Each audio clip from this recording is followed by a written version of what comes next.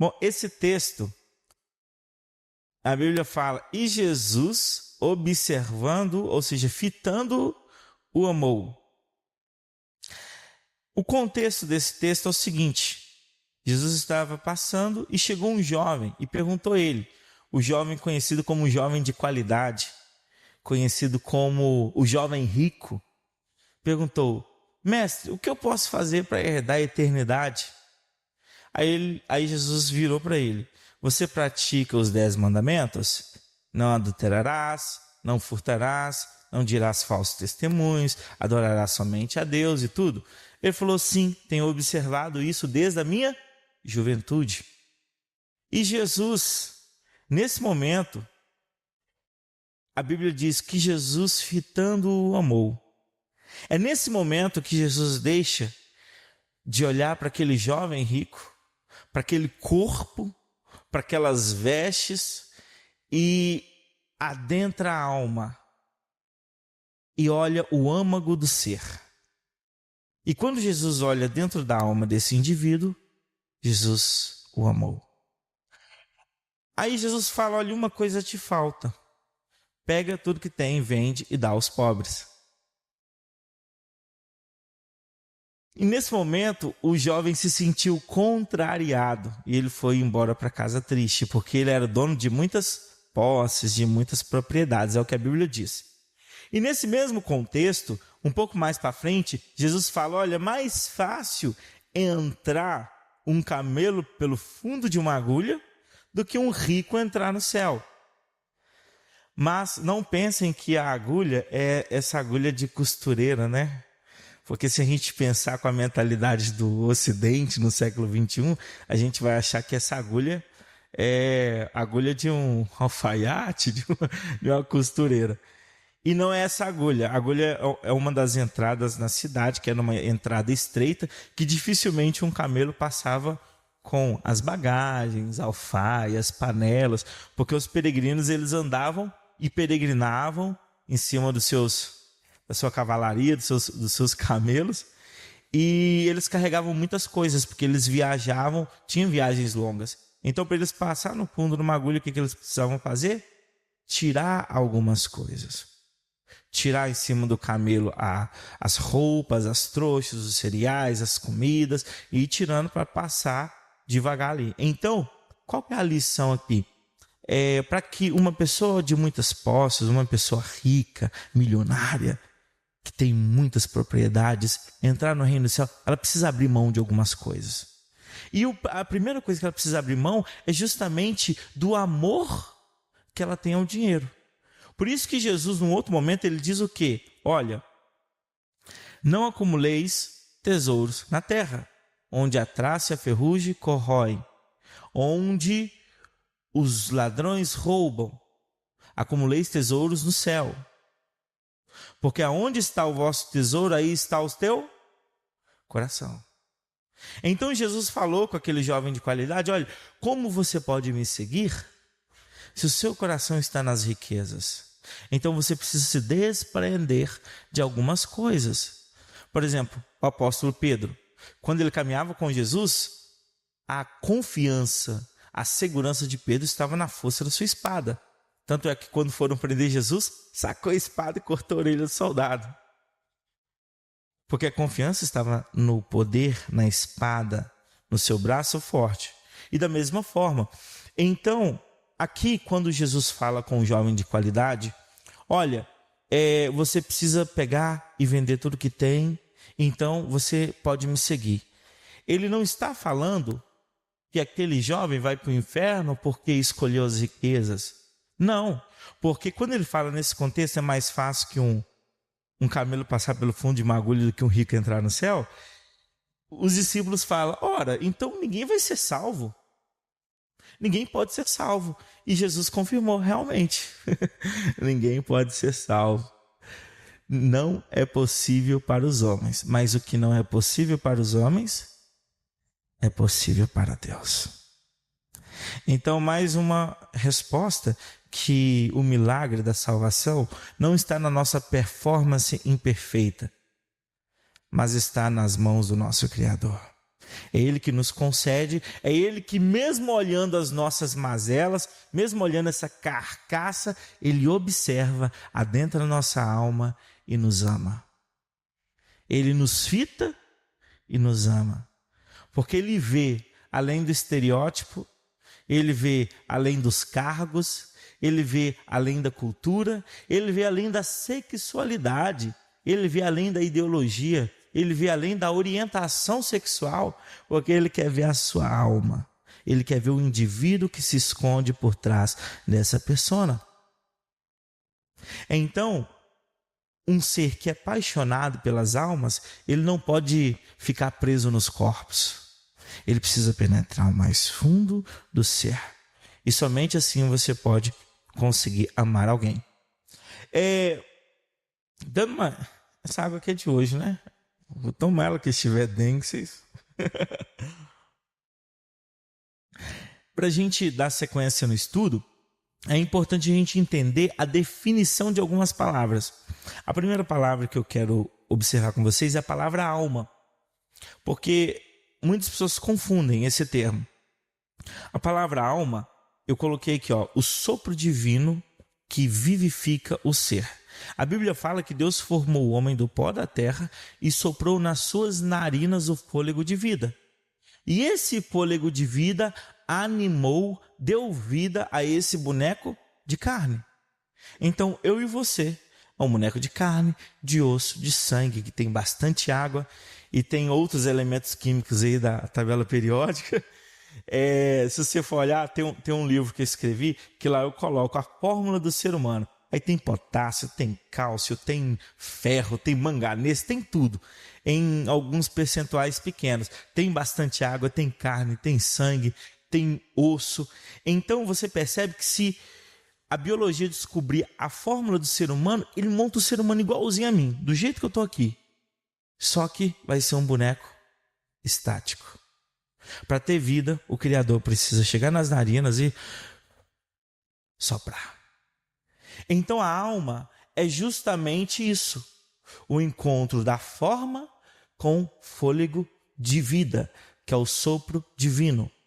Então Deus forma o homem, sopra nas suas narinas e o homem se torna alma vivente. Então a respiração não é apenas troca de gases, viu? Porque o que acontece? Quando a gente inspira, a gente puxa o oxigênio. Quando a gente expira, a gente libera CO2, que é o dióxido de carbono. Então, há uma troca de gases entre organismo e ambiente. Isso é muito saudável para a gente, por isso que a gente respira. Só que a respiração não é somente isso. Respiração é a prova da vida de Deus que está em nós. A respiração é algo tão comum para a gente que a gente nem percebe, né? Se eu não falasse da respiração, ninguém percebia que estava respirando. É tão comum para a gente, só que isso é um milagre. Se você está respirando, é um milagre. Só que nós não nos damos conta disso. Esse ato de respirar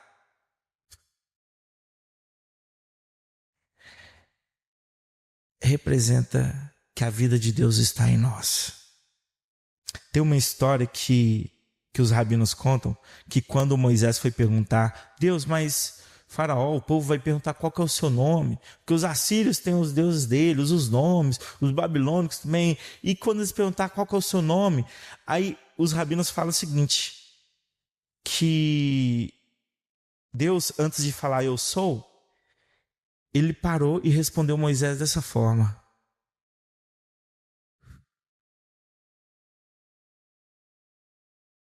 Imagina, você pergunta a um ser superior, qual que é o seu nome? E ele responde.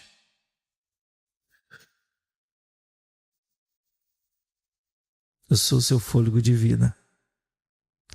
Eu permeio todos os animais. Eu estou em tudo, eu estou em todos. Eu estou na criação, eu estou no microcosmo, eu estou no macrocosmo. Eu sou o que sou. Então, a gente vê que a alma é a sede das emoções, sim, é onde encontra nossas emoções, mas é muito mais além do que isso. É essa parte abstrata que une a forma, a matéria e a imatéria para que dão noção a esse corpo que sou eu. Por isso que a Bíblia fala, lá em Jerusalém tinham 10 almas. Está falando 10 pessoas que respiram, que têm o fôlego de vida.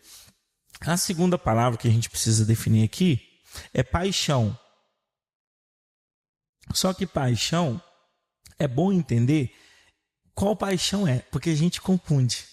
Porque tem a paixão humana, que é descrita pelos nossos poetas, pelas músicas, pela cinematografia. E a paixão cristã, a paixão do Cristo, são duas paixões diferentes. A paixão humana é o seguinte, elas são desejos intensos que são temporários. É a vontade, dá e passa. E são impulsos da carne, sejam eles positivos ou negativos. Por exemplo, comer chocolate é um impulso do espírito da carne, mas não necessariamente comer chocolate é um pecado, correto? Agora, ter o impulso da carne para usar uma substância que denigre, por exemplo, meu pulmão, por exemplo, como a nicotina, já é algo que denigre o meu corpo. Então já é um pecado. Não um pecado contra Deus, é um pecado contra o meu corpo. O corpo que Deus me deu para eu administrar e cuidar. Então você percebe a diferença? Então existem impulsos carnais que são benéficos, que são normais, naturais. Existem impulsos carnais que são pecaminosos.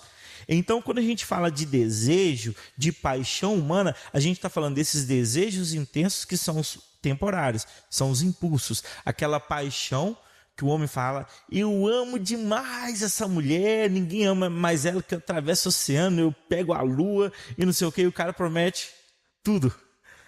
Só que aí quando separa, eu te mato, sua... Uai, que paixão é essa, que amor é esse? Então é algo temporário, passa. Agora a paixão do Cristo é diferente, porque a paixão do Cristo ela não é um desejo intenso que é temporário, ela não é um impulso da carne, ela é um impulso do Espírito. É um ato de amor que é sacrificial. Então, por exemplo, quando Cristo morre na cruz por toda a humanidade, há um impulso do Espírito o catapultando, o lançando para o propósito eterno de Deus, que é a salvação da humanidade. Então a diferença está justamente na natureza e no propósito. A natureza da paixão humana é carnal e o propósito é a satisfação própria. A natureza da paixão de Cristo é espiritual e o propósito é o bem-estar coletivo. Entendeu a diferença?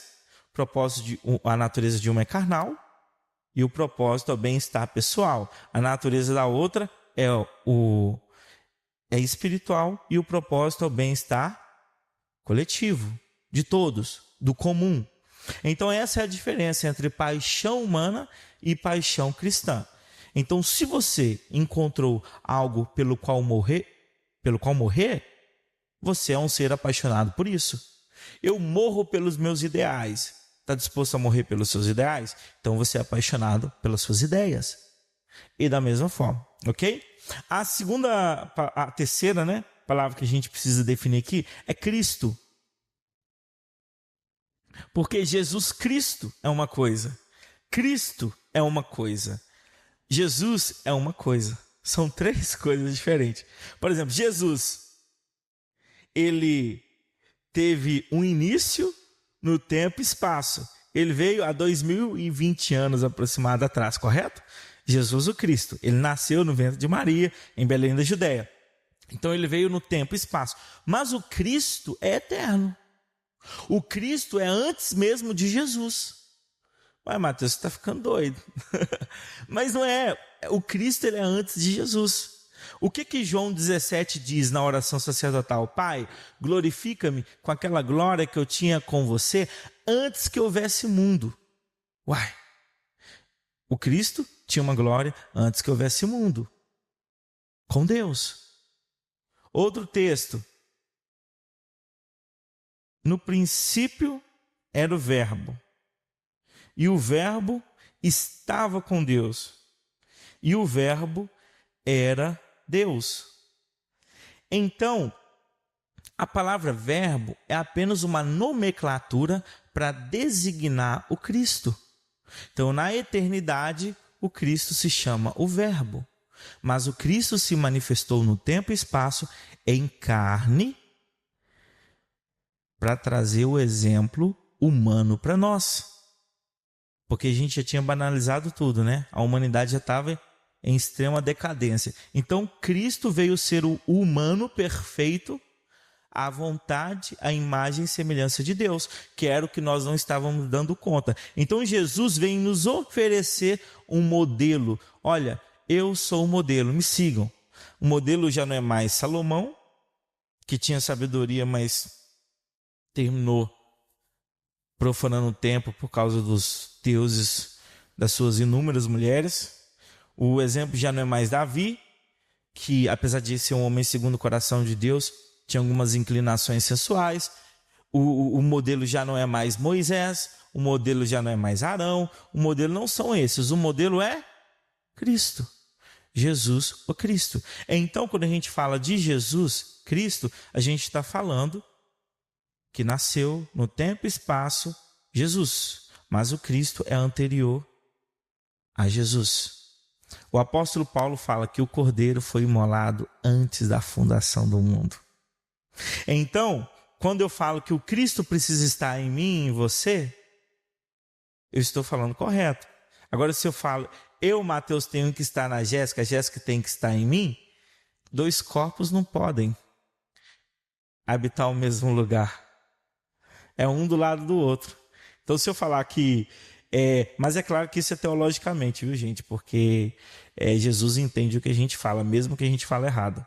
Vamos lá, a última definição aqui, que é a quarta, é semelhante. Semelhante. O semelhante é o ser humano mais próximo de mim, que assim como eu carrega traços do divino, que é a criatividade, a capacidade de pensar, a capacidade de tomar decisões. Então, quem é meu próximo? Quem é meu semelhante? A Gisele, a Ellen, o Jaderson, a minha esposa Jéssica, a Camille, o Wendel. Todos vocês são meus semelhantes. E eu devo olhar vocês como a extensão de mim mesmo. Então, eu não devo ferir vocês, porque senão eu estarei me ferindo. Eu não devo machucar vocês, porque senão eu estarei me machucando, porque vocês são a extensão de mim, porque nós fazemos parte do corpo, onde o Cristo é o cabeça. Então, a gente definiu alma, paixão, Cristo e semelhante. Então, vamos ler esse título de novo, que a gente já vai começar a observar com outros olhos, que o segredo de decifrar frases é justamente entender o significado das palavras. Então, aqui, paixão pelas almas. Como revelar Cristo aos meus semelhantes? E essa paixão que a gente está falando é paixão cristã, paixão de Cristo. Porque quem é apaixonado pelas almas? A carne? Não, somente o Espírito.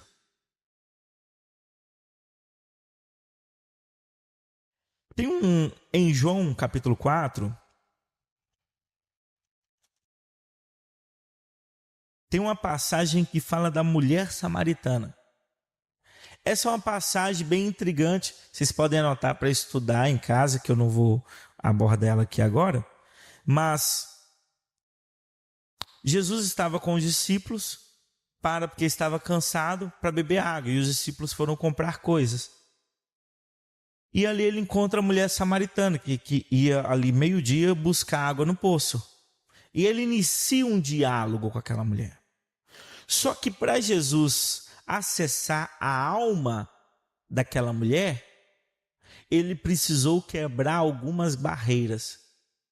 A primeira barreira que ele quebrou foi a barreira social, porque ele é homem e ela é mulher.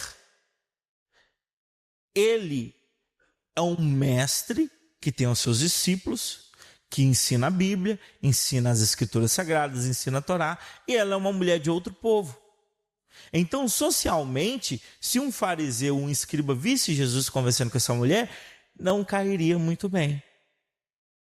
Então, a primeira barreira que Jesus quebra e rompe é essa barreira social. Então quer dizer que Jesus é impedido de levar a salvação a essa mulher pelo simples fato dela ter um sexo diferente? A segunda questão é a barreira cultural. Jesus era judeu e ela era samaritana. E a Bíblia deixa bem claro que os judeus não se batem bem com os samaritanos. Por quê? Por causa da rincha. Os judeus é um povo considerado puro, porque eles não se envolveram com outros povos. Os samaritanos se envolveram, casaram com outras nações. Então os judeus consideravam os samaritanos como povos impuros, mestiços, raça que não é pura. Então eles não se relacionavam a partir daí. A outra treta que eles tinham era uma rincha religiosa. Não, o lugar correto de se adorar é o templo, em Jerusalém. Aí os samaritanos dão um lugar, é no templo, no Monte Gerizim. Então tinha essa briga religiosa, essa briga. Então, culturalmente, Jesus precisava quebrar essa outra barreira. Porque ele era judeu e ela era samaritana. Ele não poderia comunicar com ela e conversar com ela pelo simples fato dela ser samaritana, considerada mestiça, considerada impura.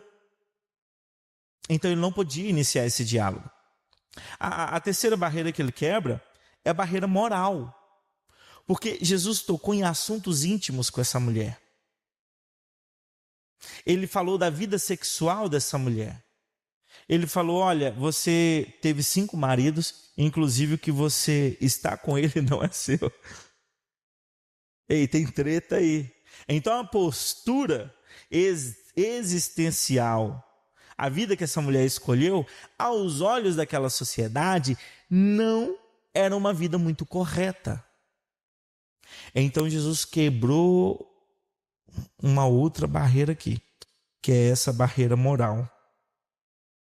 A quarta barreira que Jesus quebrou foi a religiosa, porque um mestre ele tem que se dedicar a ensinar homens e não se dedicar a ensinar mulheres, porque a gente sabe que a Bíblia ela foi escrita e aí todas as histórias foram passadas num período patriarcal, num período que o homem estava no governo, e sinceramente era uma sociedade muito machista mesmo. A Bíblia não é machista, mas os povos que é relatado aqui são. As mulheres não eram contadas nas genealogias. Tanto é que tinha até uma oração que os judeus faziam: Deus, obrigado, porque eu não nasci samaritano e não nasci mulher. Era essa a oração, porque as mulheres eram repudiadas e elas eram sempre vistas em segundo plano. Então, o conhecimento, a Torá, os segredos do reino têm que ficar sob posse do homem e não da mulher. A mulher tem que cuidar das coisas da casa e é isso. Mas você percebe que existem muitas barreiras para que Jesus acessar a alma daquela mulher. Então Jesus precisou quebrar essas barreiras. Tanto é que quando os discípulos chegam e veem Jesus conversando com essa mulher, eles ficam maravilhados. Maravilhados no sentido assim, espantados. Esse mestre é doido, o que ele está fazendo? Ele está conversando com uma mulher, e ainda essa mulher é samaritana, e rola uns boatos aí que ela não tem uma vida muito agradável aos olhos de Deus. Então você percebe que os próprios discípulos começam a questionar a postura do seu mestre, porque eles estavam olhando com os filtros da sociedade. Mas Jesus, ele pretendeu quebrar todas essas barreiras para acessar a alma daquela mulher. E quando ele viu, a única coisa que ele conseguiu enxergar era uma mulher marginalizada, ferida e excluída pela sociedade. Então você percebe que quando você escolhe adentrar a alma do ser humano, ao invés de olhar apenas o que todos veem, você começa a amar essa pessoa, diferente de odiar, diferente de julgar, porque naturalmente as pessoas fazem o quê? Juízo de valor. O Cristo olha para a alma e vê uma pessoa aflita, vê uma pessoa faminta, vê uma pessoa que precisa dele. Então Jesus não tem interesse no seu cargo, na sua cultura, na sua etnia, ideologia. Jesus não quer saber nada disso. A pergunta de Jesus é: quem está por trás dos seus olhos? Quem habita o seu corpo? Porque vocês estão vendo Mateus aqui, ó. Vestido, tupetinho, na régua. Fiz a barba esses dias. Estou me julgando meramente bonito. Pregando a palavra de Deus. Olha, vi até uma auréola aqui de santinho. Esse é o Mateus que vocês enxergam. Só que se retirar todas essas camadas, camada religiosa, camada social, camada de não sei o que, disso, daquilo, você vai enxergar um adolescente ferido, um adolescente machucado, um adolescente não vivido. Você vai enxergar várias coisas. E é esse olhar que Cristo tem para mim. Tanto é que quando eu chego diante de Cristo, eu não posso contar meus créditos. Ô Senhor, obrigado que eu sou assim, assado, eu dou meu dízimo, eu faço isso e tal. A única voz que eu ouvi falar: você está querendo enganar quem? Eu sei quem você é. Então nós, diante de Deus, nós devemos nos despir das nossas máscaras. Nós devemos nos despir dos nossos padrões, estereótipos, de tudo aquilo que a gente edita para a sociedade. Porque a vida que nós assistimos é uma vida editada. Ninguém vê os bastidores. Todo mundo vê a mulher postando lá na praia, curtindo. Tem vida mais barata, mas não presta não. Não é? Só que ninguém vê quando essa mulher às vezes é agredida, espancada pelo marido. Ninguém vê quando ela é traída e está sofrendo, chorando nos cantos.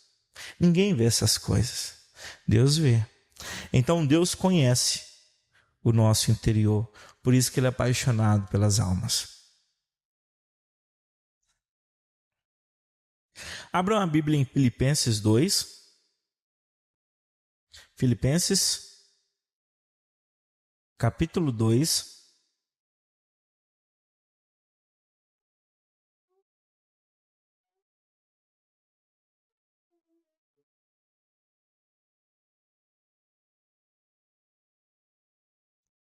Filipenses capítulo 2, a partir do verso 5.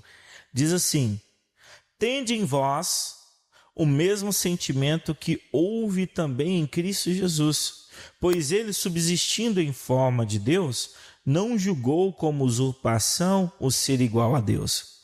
Antes a si mesmo se esvaziou, assumindo a forma de servo, tornando-se semelhança de homens e reconhecido em figura humana. A si mesmo se humilhou, tornando-se obediente até a morte e morte de cruz.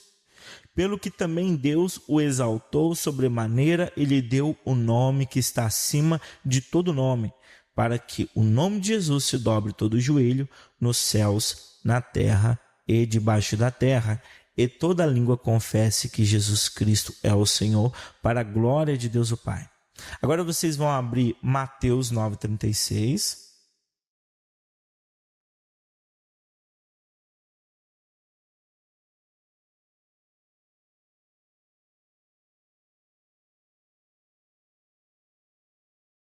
Mateus capítulo... É só voltar um pouquinho para trás, viu?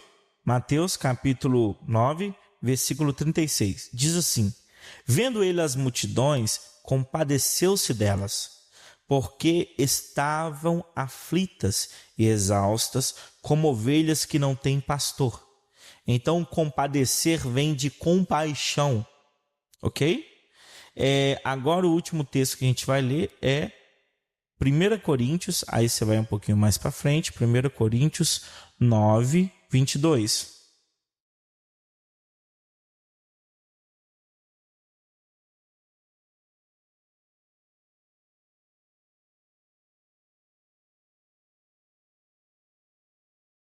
Primeiro Coríntios capítulo 9, versículo 22. Diz assim: fiz-me fraco para com os fracos, com o fim de ganhar os fracos. Fiz-me tudo para com todos, com o fim de, por todos os modos, salvar alguns. Então aqui a gente vê o apóstolo Paulo nos orientando: tende em vós o mesmo sentimento que houve em Cristo. Aí a gente vê Jesus olhando multidões e se compadecendo daquelas multidões, porque elas estavam como ovelhas que não tinham pastor. E nesse mesmo contexto, Jesus depois vai para os discípulos e fala para os discípulos: olha, vamos orar para que Deus envie trabalhadores, que a seara é grande, mas são poucos trabalhadores. Então Jesus, ao mesmo tempo que ele se compadece, essa compaixão o move tão profundamente que ele toma uma atitude em relação àquilo e faz algo. Por isso que existe uma diferença entre dó e compaixão. São duas coisas diferentes. Inclusive a dó leva o descrédito do outro. Nossa, que dó, tadinho. Aí você não faz nada por aquilo. E a compaixão é diferente. Aí depois o apóstolo Paulo fala: me fiz de fraco para ganhar os fracos. Me fiz de sábio para ganhar os sábios. Me fiz de conhecedor para ganhar os conhecedores. Me fiz de intelectual para ganhar os intelectuais. Me fiz de bobo para ganhar os bobos. Então você percebe que a compaixão, a palavra compaixão, ela significa sentir nas entranhas. É um amor que dói por dentro. E a única coisa que isso faz com você, dói tanto que você se move em ação. Eu lembro uma vez que aconteceu comigo. Eu estava dirigindo, eu estava voltando, minha esposa sabe dessa história. Eu estava voltando, eu trabalhava de vigia, e eu trabalhei de 18 às 6 da manhã, e eu estava voltando para casa, normalmente, doido para cair na cama e apagar, né? Tomar um banho e dormir. E quando eu estava no trânsito, eu parei no semáforo, e o menino, morador de rua, começou a fazer malabarismo, tal. E eu olhei para os olhos daquele menino, sabe? E eu vi aquela situação, um menino tão novo naquela situação, lutando para ganhar o dinheiro lá. Isso doeu, e doeu tanto, sabe? Eu percebo que isso é compaixão. É um amor que dói tanto por dentro que você não consegue deixar de fazer algo. Você tem que fazer algo por aquilo. Te incomoda. Vai lá nas entranhas, puxa, dói. E naquele mesmo momento eu falei com esse jovem, eu falei: olha, entra no carro aí que eu vou pagar um lanche para você e tudo tal. Paguei um lanche e comecei a conversar, a sondar a história dele. Aí ele falou que num dado momento os pais alugou um imóvel quando ele era pequeno. Aí ele dormiu, no outro dia ele acordou, os pais já não estavam lá, sumiram, e a partir dali ele virou morador de rua. E isso doeu tão profundamente em mim. Eu não poderia levar aquele jovem. Deu até vontade de levar para casa, hein? Arrumar um problema com a minha esposa. Mas eu não poderia levar aquele adolescente para casa. Mas me doeu tanto aquilo, me doeu tanto, que eu cheguei em casa, eu chorei tanto. E minha esposa: por que você está chorando? E eu falei: doeu dentro de mim ver a situação daquele. Então eu acredito que quando você permite que os olhos do Cristo tomem seus olhos, o coração do Cordeiro começa a pulsar no seu peito. Ó.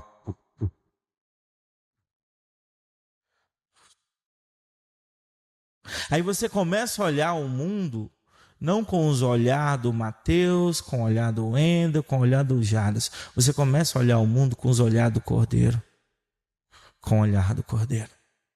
Então, a compaixão, ela é isso. Agora você, tadinho, e não sentir nada e ir embora, isso não é compaixão, isso é dó.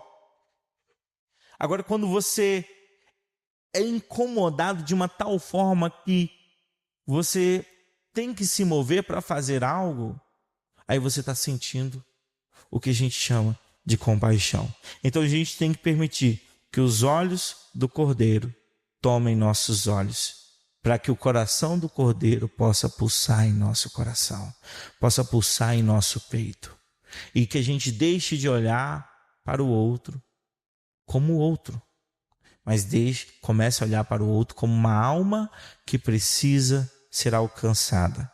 Fazendo um exercício aqui, quantas pessoas estão ao seu redor na sua escola, na sua faculdade, no seu trabalho, que estão perto de você, mas distante do céu? Então, a gente precisa desenvolver essa paixão pelas almas dentro de nós. E a primeira forma de desenvolver é justamente orar. Pedir Deus, desenvolva em mim esse coração sacrificial. Que eu não meça esforços para ajudar o próximo. Que quando eu olhar para uma mulher, eu não olhe para desejá-la, mas eu olhe para alcançá-la para ti. Quando eu olhar para uma pessoa, que eu não olhe com interesses escusos, sombrios, com interesses financeiros, mas que eu possa olhar para aquela pessoa como uma alma que precisa do Cristo. Então deixar os meus interesses humanos de lado, para que os interesses de Cristo possam guiar a minha vida. Então eu preciso orar pedindo para Deus desenvolver em mim essa paixão pelas almas. E também eu preciso persistir em conhecer a palavra de Deus. Porque quanto mais eu conheço a palavra de Deus, mais a vontade de espalhar e ensinar sobre Deus cresce dentro de mim. E quanto mais eu ensino sobre Deus, mais pessoas são alcançadas pelo Cordeiro. Mais pessoas são alcançadas pelo Cristo. Tem uma parábola que, para finalizar,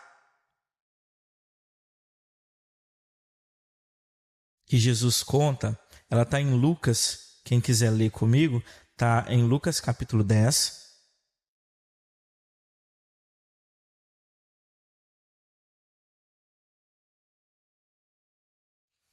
Lucas capítulo 10, a partir do verso 25, aí vamos do 25 ao 37.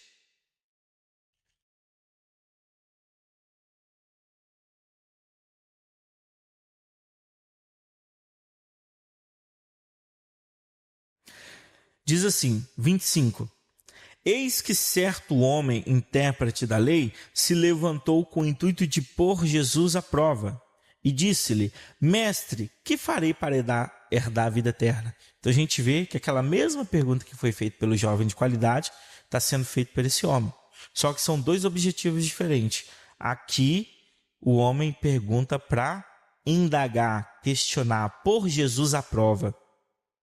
Mestre, que farei para herdar a eternidade? Então Jesus lhe perguntou, que está escrito na lei, como interpretas? Ou seja, se o cara é um intérprete da lei, um doutor, ele deve saber da lei. Então eu vou perguntar, o que a lei diz? E Jesus devolve. A isto ele respondeu, amarás o Senhor, teu Deus, de todo o teu coração, de toda a tua alma, de todas as tuas forças e de todo o teu entendimento, e amarás o teu próximo como a ti mesmo. Então Jesus lhe disse, respondeste corretamente, faze isto e viverás. Ele, porém, querendo justificar-se, perguntou a Jesus, quem é meu próximo? Agora, por que ele estava querendo se justificar? Ora, o cara é um doutor da lei, interpreta a lei e ensina para os judeus. Aí ele tenta colocar Jesus à prova, só que Jesus devolve para ele. Ou seja, o cara quer jogar xadrez com o criador do tabuleiro, né? Aí fica difícil. Aí Jesus coloca ele numa situação tão complicada, porque Jesus fala, faz isto e viverás. Então é como se ele não fizesse. Como é que você ensina, amarás o próximo, a Deus acima de todas as coisas, o próximo como a ti mesmo, e não faz isso? Então aí o que ele falou? Nossa, deixa eu me justificar aqui, senão eu vou ficar feio perante os olhos dos povos aqui. Aí o que ele faz? E querendo justificar-se, perguntou a Jesus, quem é meu próximo? Jesus prosseguiu dizendo, certo homem descia de Jerusalém para Jericó e veio cair na mão de salteadores, os quais, depois de tudo lhe roubarem e lhe causarem muitos ferimentos, retiraram-se, deixando-o semi-morto. Casualmente descia um sacerdote por aquele mesmo caminho e, vendo-o, passou de largo. Semelhantemente, um levita descia por aquele lugar e, vendo-o, também passou de largo. Certo samaritano, que seguia o seu caminho, passou-lhe perto e, vendo-o, compadeceu-se dele. E, chegando-se, pensou-lhes os ferimentos, aplicando-lhes óleo e vinho, e colocando-o sobre o seu próprio animal, levou-o para a hospedaria e tratou dele. No dia seguinte, tirou 2 denários e entregou ao hospedeiro, dizendo: cuida deste homem, e se alguma coisa gastares a mais, eu te indenizarei quando voltar. Aí ele pergunta: qual destes 3 te parece ter sido o próximo do homem que caiu nas mãos dos salteadores? Respondeu o intérprete, o doutor da lei: o que usou de misericórdia para com ele. Então lhe disse: vai, procede tu de igual modo. Então Jesus colocou ele na mesma situação de novo. Então o homem que tentou colocar Jesus à prova saiu da discussão envergonhado. Então a gente percebe aqui. E aqui não é só uma história bonita, é uma metáfora da vida humana. Porque tem muitas pessoas que caem pelo caminho. Tem muitas pessoas que são abandonadas no meio do caminho. São abandonadas relacionalmente, são abandonadas pela sociedade, são abandonadas financeiramente, são abandonadas porque não atingiu o patamar e ficou no último. Então a gente vê que, se a gente pegar essa história, tem muitas pessoas que sofrem violência, injustiça, rejeição e estão à beira do caminho. E nós vivemos nas nossas vidas sem se preocupar com o nosso próximo, passamos de largo caminho. O problema não é meu. Ela foi abusada na infância, mas cada um com seus problemas. Ele brigou ali na rua, tá com o negócio, mas também o cara provocou, isso é problema dele. Eu estou aqui seguindo a minha vida, para que eu vou parar olhando? Então, você percebe que essa indiferença com o outro nos faz trilhar o mesmo caminho do sacerdote e do levita. O sacerdote, que era tido na sociedade como o homem que fazia a ponte entre Deus e o povo, porque é ele que sacrificava, é ele que levava oferta, é ele que representava o povo para Deus e Deus para o povo, ele não descia do altar para ajudar um necessitado. O levita, que servia na comunidade da fé, não se ajoelhava fora do templo. Então você percebe que essa indiferença dessas duas figuras religiosas, o sacerdote e o levita, revela, é como se fossem arquétipos, modelos de pessoas que estão vivendo entre nós, que estão tocando as suas vidas, estão atrasadas demais para adicionar o outro na sua agenda. Só que, ironicamente, surge um herói improvável, né? Tinha que ser o samaritano. E um judeu, contando história para outros judeus, adiciona o samaritano como esse herói improvável. E os samaritanos já não eram vistos bens, porque era um povo mestiço, porque tinha implicações religiosas. Então ele coloca justamente um samaritano na história. E a gente vê ali os representantes da fé sem amor, do culto sem compaixão, porque, pare e pensa, uma teologia que não toca a dor do outro é uma teologia que não é do Cristo, é uma teologia meramente humana. Então a gente vê essa indiferença do outro em relação ao seu semelhante, igual esse sacerdote, esse levita. Só que aí chega o samaritano, pega, coloca no seu cavalo, coloca óleo nas feridas, vinho, leva para uma hospedaria, paga para a pessoa ficar. Então você percebe o herói improvável, o samaritano, ele não faz perguntas para o homem que está semi-morto. Você é homem ou você é mulher? Você é trans? Não posso ajudar trans, não. Qual que é a sua orientação? Você é crente? Porque eu só posso ajudar gente da minha tribo. Fora do arraial de Israel eu não posso. Você torce pro Galo ou pro Cruzeiro? Porque se for cruzeirense não tem como te ajudar não, amigo. Ele não fez perguntas. Não fez perguntas. Ele simplesmente amou. Ele simplesmente exerceu o amor. Ele não falou assim, você tá limpo? Você usa droga? Porque se usar droga você merece isso mesmo. Ele não fez essa pergunta. Você é morador de rua? Não fez essa pergunta. Ele viu o seu próximo ferido, machucado, caído como semi-morto e escolheu ajudar. Ele simplesmente amou. Então, o amor, ele não faz cálculos. O amor, ele faz um caminho. E é justamente um caminho de sacrifícios, onde eu abro mão de mim para favorecer o outro. Onde eu pego do meu tempo para investir no outro.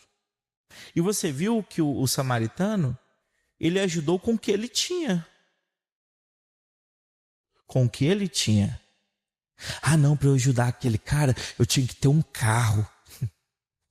Não, para eu ajudar ele, eu tinha que ter mais roupa, porque eu tenho pouca roupa, se eu dar a minha eu fico sem. Ele não fez cálculos. Ele fez um caminho. Eu tenho isso. Eu tenho vinho aqui, dá para usar aqui. Eu tenho óleo, nossa, tinha um óleo guardado, vamos colocar nessas feridas aí. Eu tenho alguns denários aqui, tem uma hospedaria aqui perto. Vamos lá, eu te coloco no meu cavalo e vamos lá. Faça com os teus recursos. Não espere ter para fazer. Senão é uma mera justificativa para não fazer.